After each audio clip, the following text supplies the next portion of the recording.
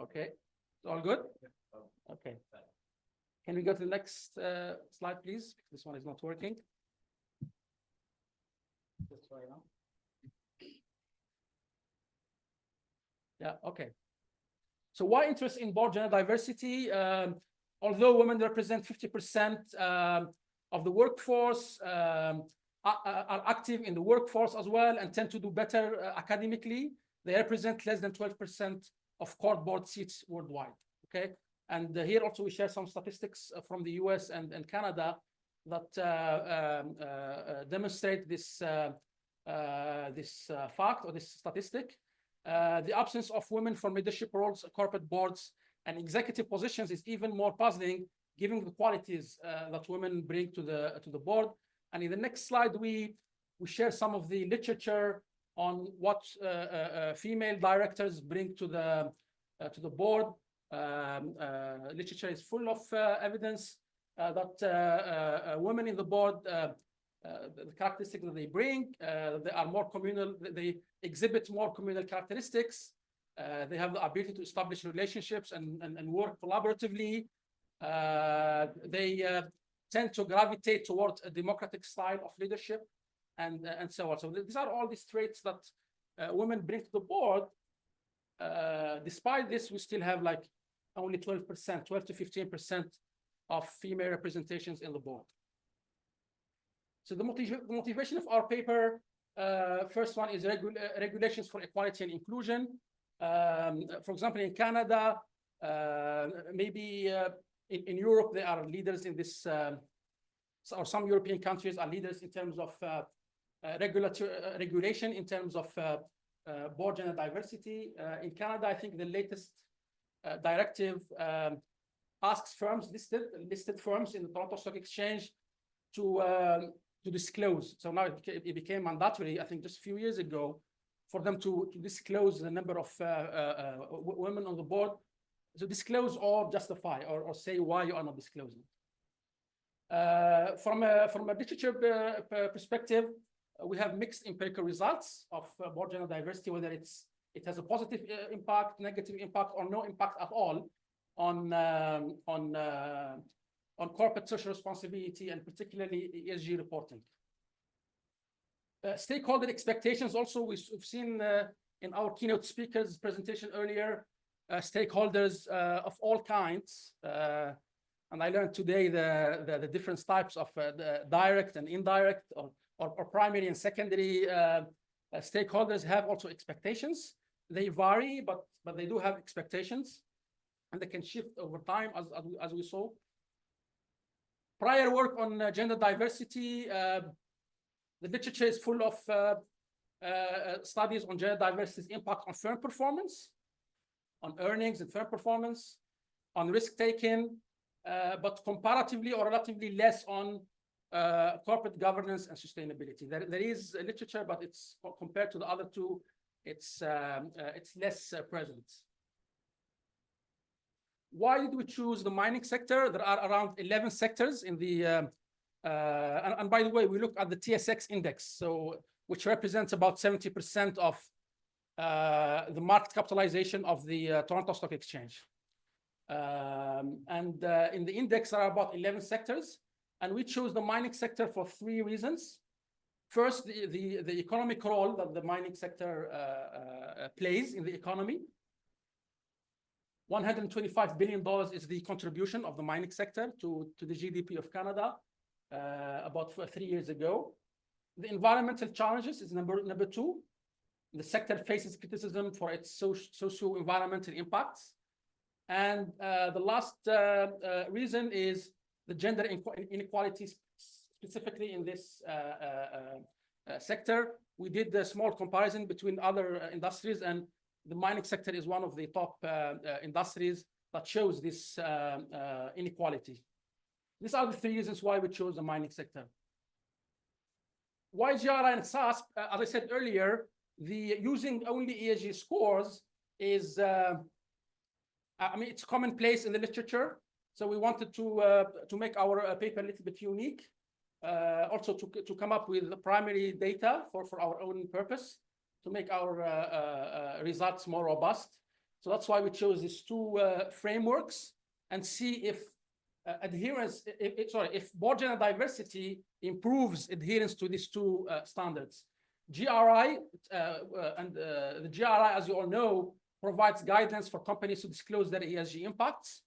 SASP does that, but the added value of SASP is that it's more industry specific. So for each industry, they have different metrics or benchmarks. So this is why we chose GRI and SASP. For the data and methods, as I said earlier, so we employ a panel data of all mining firms in the TSX or Toronto Stock Exchange composite index over the period 2011 and 2022. And yeah, we stopped at 2022 because I heard an earlier question on why we stopped at 21 or 22 is because 2020, we looked at 2023 and the data did not change much because ESG, they have a lag of 1 year. We use the Bloomberg ESG scores. They have like a delay of 1 year or 1.5 years. So the data was almost the same between 23 and 22. That's why we, yes, you have a question? Or? I know it was a SASB, but when was it introduced? SASB was introduced, I think, later. The first period is for the ESG scores. SASB was introduced later, I think 2015, if I remember well. So for SASB and also GRI, the period is closer to 2022. It doesn't start from 2011. For the variables we employ for the board gender diversity, we employ the percentage of female directors, the number, and we also use a dummy variable to distinguish between firms that have or don't have females on their board.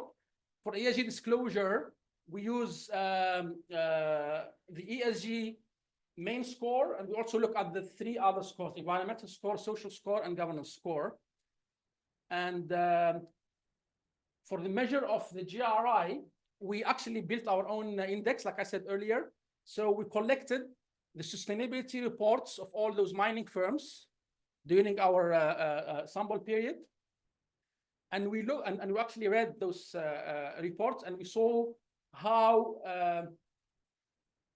much they adhere to GRI, because in the sustainability reports of mining firms, there's a section where they say whether they prepare the report in adherence or like in total adherence or in compliance with GRI.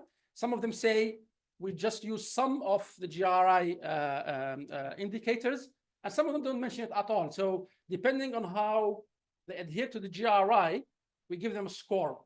And we actually built an index for all the firms. For the SASP, it was straightforward.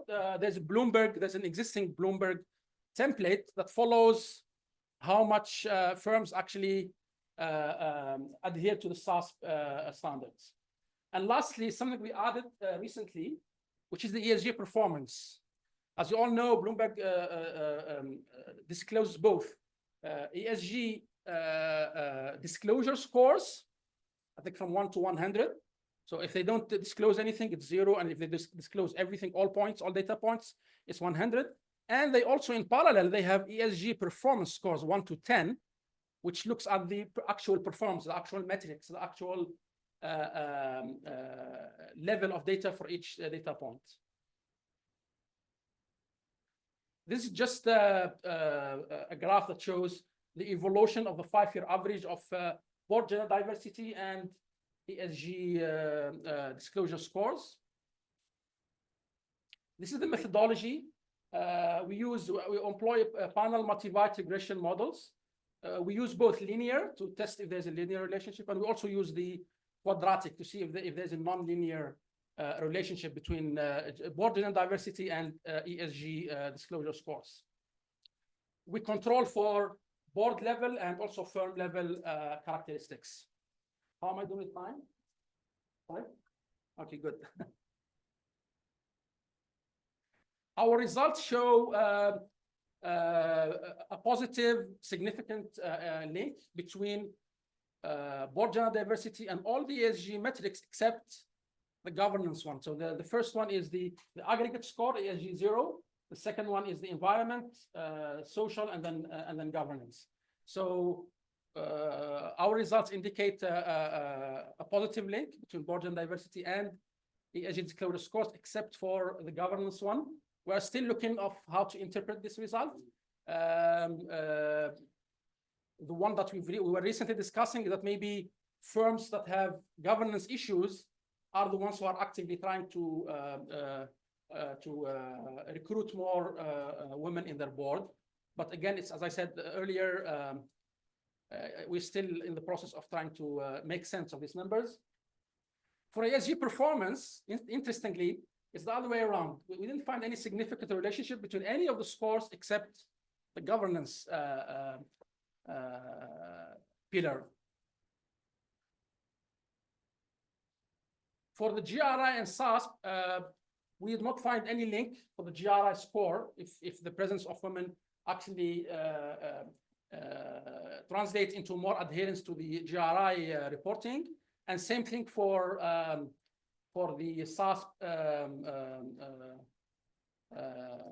SASP reporting, whether they adhere to SASP reporting or not. We also tested for nonlinear, we did nonlinear tests, whether, as I said earlier, whether there is linear or nonlinear relationship. And here we also, before I'll speak about that later, but here, this one is, we also tested the critical mass theory. Is there a point, is there a level of, thank you, is there like a threshold that needs to be reached for board gender diversity to have an impact? So what we did is that we, instead of looking at all the model, like all the data, we also tested the relationship only for firms that have only one female board member, and only two, and only three, and then three or more. And as you can see, with only one, the results are not significant, which is in line with the tokenism theory, that only one is could be just like just firms trying to show that they have diversity in their board. And starting with two is two and above, we start to see significance in the relationship. So is two it's two, not three in the text. So is two the number, the ideal or optimal number? That's anyways, that's what our results suggest. We understand that when you are testing the relationship between board gender diversity and the ESG, indigeneity is a huge problem. Okay, we are aware of that, and we just recently started to do robustness checks, also indigeneity checks. The one that we have done so far is the reverse causality, where we lagged the independent variable by 1,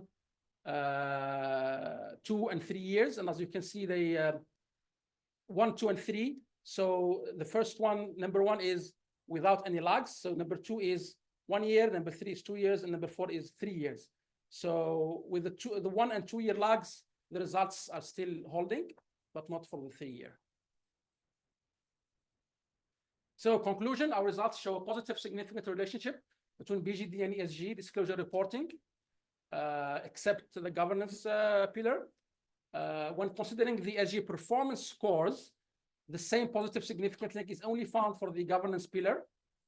And this probably begs the question is, does board gender diversity only matter in terms of disclosure and less in performance? So that's probably one interesting question to dig deeper in.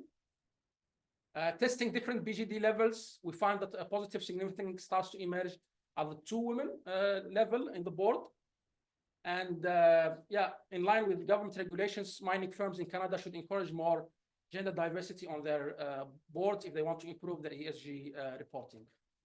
Limitations and further research. The first one, which I'm sure you're all aware of, is the credibility of the ESG scores, right? How credible are they? As we all know, like we look at Bloomberg ESG scores, and for a certain company, and we go to Refinitiv, we find a completely different score, right? So, so that's an issue. How does this relationship fare in other countries or geographies?